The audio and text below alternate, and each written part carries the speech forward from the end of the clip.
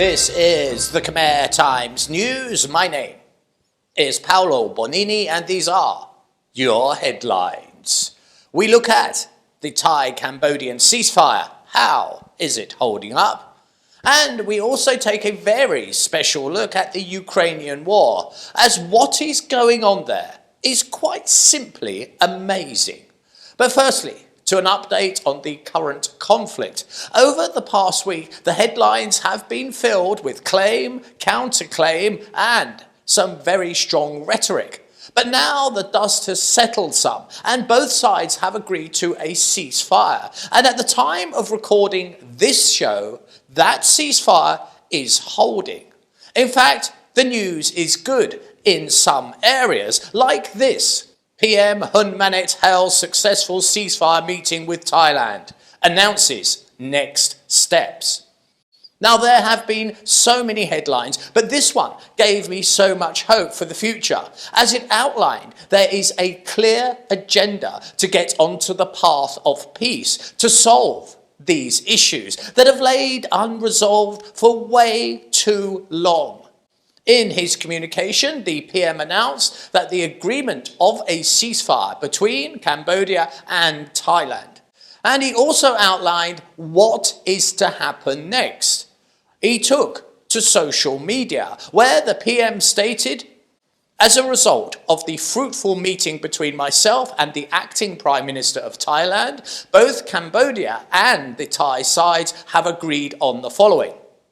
1. An immediate unconditional ceasefire. 2. Organise an informal meeting of the military zone commanders led by the ASEAN chairman. And thirdly, organise a Cambodia-Thailand General Boundary Committee, a GBC, whose first meeting was held on August the 4th. Now, it's that third point that catches my eye, as it is this that lays at the very heart of the matter. And to have the teams from both sides focusing on this sole issue of disputed borders is the only way to resolve these issues once and for all. And there have been further positive developments. ASEAN military observers to monitor ceasefire implementation in Cambodian border provinces. To ensure a fair and level playing field, ASEAN military observers from 7 member states, led by Malaysia, is set to conduct field inspections at selected sites in Cambodia's Ode Minche and Pria Vihir provinces to monitor the implementation of the ceasefire between the two countries. But it ain't all good news, as we have seen incursions. Cambodia condemns Thai incursion, urges immediate international intervention. Yes, the cup and ball game that is politics continues. But Cambodia is doing all it can to try and strike a peaceful deal and to get the ASEAN partners involved to mediate, to negotiate, and to hopefully to conclude this most contentious of issues. So, from the Cambodian conflict to one that is raging in Europe. And the reason we are going there is because in the past week, the newspapers have been completely blocked out with the Thai-Cambodian war. And there was no other news stories. But that gave me a golden opportunity to show you something fascinating. And that is the unbelievable state of Putin's army. Russia has been occupying Ukraine for over 3 years. And what I'm about to show you will amaze you. Have a look at this. This is a map of the Russian front, as the Russians attempt to take more land from Ukraine. Note there, I used the word attempts. Look into the top left-hand corner and note the date. It is the 31st of July, 2024. Now watch, and what you will see is that date advancing from the 31st of July to the 1st of August, the 2nd of August, then the 3rd, the 4th, the 5th, the 6th. These are the days passing by. And as those days pass by, this map plots the advancing Russian troops. They are the ones denoted by the long red line from the top right of the screen and snaking downwards. So what should be happening here is those red units should be moving forward, capturing more land and turning the map more red as the days pass by. So what happens when we run an entire year of the Russian assault? How much land have they captured up until the 31st of July 2025? 1 full year. Now let's speed this footage up and see what happens. Right, so here we go. Now I'm going to mark the dates as we go past. We've just hit October. We can see there's some movement in the middle of the screen. This is where the main thrust is. We're now in November. We still have more movement. We're just going to hit Christmas Day. There we go. And again, we're seeing more movement around the Bakhmut area. And we're in the depths of winter right now. We're in April. And now we're going to see the summer offensive. Here it comes. This is now June and July. Now, I can hear the cries of people saying, "That's not fair. Your map is so far away. One could never see the advances. It's like looking from outer space." Okay, fair enough. I will address that in just a moment. But here is another map. This is the advances made by the Allies the last time there was a war in Europe. In June of 1944 on D-Day, Allied troops in one single year went from the coast of England through France, Belgium, Holland, and made it to the banks of the Rhine River in Germany. Note the yellow mark on the very right of the map. That is where the Rhine is. So, to compare the advances we have seen in Ukraine over a full year to the last time there was a war in Europe, simply put, the Russians have achieved very little indeed. But I can hear those naysayers still saying that the map I showed you is too far away. So let's answer those. Let's now get close up to the main battlefront line, 2024 to 2025. It mostly took place near Bakhmut and Kharkov. So let's get closer to that battlefront and see how far the Russians advanced in 1 full year.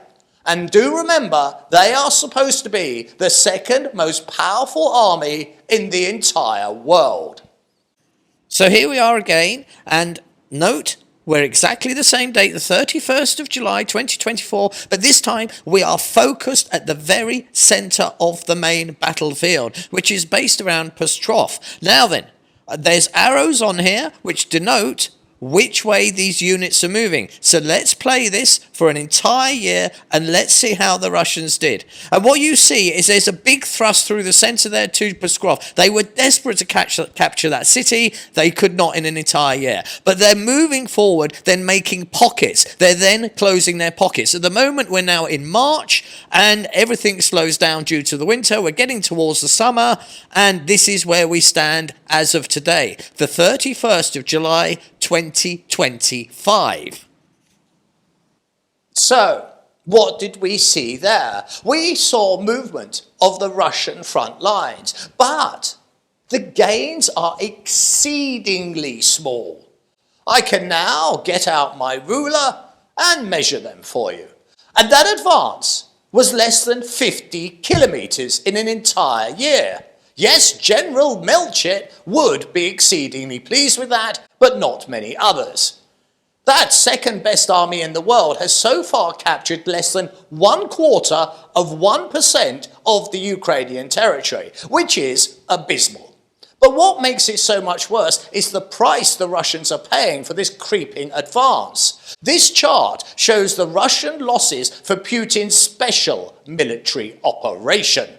There are now 1,053,000 Russian soldiers dead or wounded, with a current loss rate of over 1,000 soldiers every single day.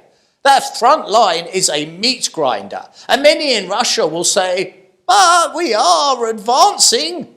Well, technically, yes, you are. But what is in fact happening is an age-old military tactic called a tactical retreat or a strategic withdrawal. Simply put, Ukraine has multiple lines of defense, stuff like trenches and minefields. So when the enemy attacks, you slaughter them.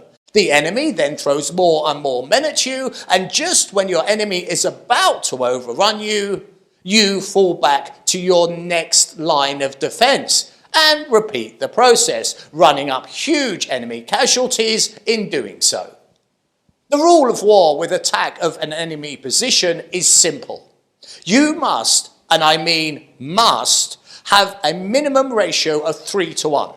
As an attacker, you have to have at least 3 soldiers to each 1 soldier defending, or your assault will fail. Reason being, attacking a defended position costs a lot of lives. And it's not just that Russia has lost over 1 million men, but their original standing army has been wiped out. And those on the front lines are not professional soldiers, but conscripts. And they are being butchered.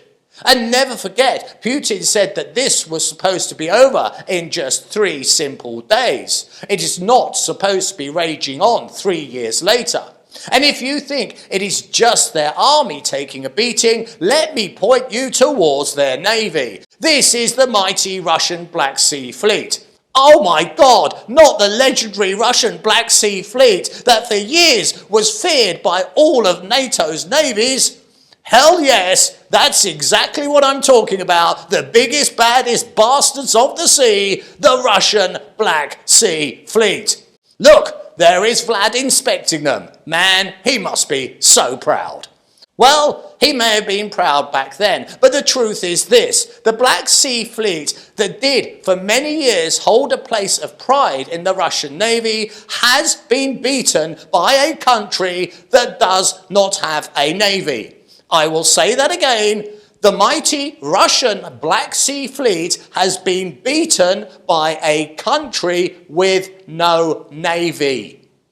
Ukrainian sea drones have forced it into hiding, especially when this ship was sunk. This is the Moskva, the flagship of that Black Sea Fleet. So what happened to it? Well, one night air drones were spotted off the port side of the ship. Observers on the deck, including the captain, looked up at the drones dancing in the air.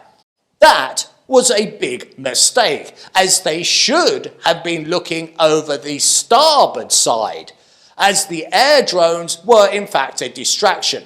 On the starboard side, where nobody was looking, closing in fast was seaborne drones, and they slammed into the flagship and they sunk it. Now, to commemorate this momentous achievement, the Ukrainians did what I believe is the funniest thing ever to happen in the history of war. They issued a stamp of a Russian soldier telling the Moskva battleship to go F itself. Pretty amusing. But then after they had sunk the Moskva, they issued a second stamp, which is even funnier, showing a Ukrainian soldier still standing there, his defiant finger erect, but this time the flagship of the Black Sea Fleet is gone. Because, of course, the Ukrainians sunk it. The war is at a very pivotal point, with over 1 million soldiers on the Russian side alone wounded and killed, the Russian economy itself in a desperate death spiral. Russia, as well as Putin's future, is looking exceedingly bleak, as day by day Ukrainians rack up thousands more casualties, lives that have been traded for an advance so slow it's barely perceivable. It's time to have a look ahead and see what the weather has in store for us next week. Okay, so there you go, a quick thing from my week, and I'm just going to do a short one because we've had such a long double episode about wars, which is so... I can't tell you how bloody irritated I am about this issue in Cambodia. I really can't, but that's not something I can talk about on the news, is it? You know, it's for me to deliver the information, not to give an opinion on it. So let's have a little bit of fun, and this is my hamster, Wilbert. You've seen him before, so let's have a quick quiz. What is Wilbert's favourite food? I'm going to give you a choice of 3 things. Could it be carrots? Is it, in fact, sweet corn? Or could it be his nutty mix that I bought from the pet shop? So you've got just a few seconds. Whilst those seconds pass, I'll sing you a song. I don't know why there's no sun up in the sky. Rainy season. Okay, the time is over, and here is your answer. There it is. It's Wilbs and his sweet corn. Oh my God, it's like crack. He's addicted to it. He goes completely insane for his sweet corn. And actually, here's the truth. I mean this. He's actually having sweet corn again tonight. He's going to be so happy. Really, he's a special little guy, my hamster. Right, let's get that aside. We've had our little hamster quiz, and we need to go to the weather. Oh my goodness. Oh, dearie me. Maybe it's the colder weather. Maybe that's what's causing this, because I'm having trouble getting it up again. But with the right rub and the right tickle, hey, there it goes. And I'm looking across the baseline at 32, 34. I've even got a 36 degrees high on a Monday for you. But that comes with rain and with weather and with storms. But generally across the board, it's an awful lot better than it has been. These rainstorms are more localized and they're much briefer. So all in all, I would say it's good weather. Your humidity in the middle of the day will be about 71%, and the winds will be between 5 and 15 kilometers per hour.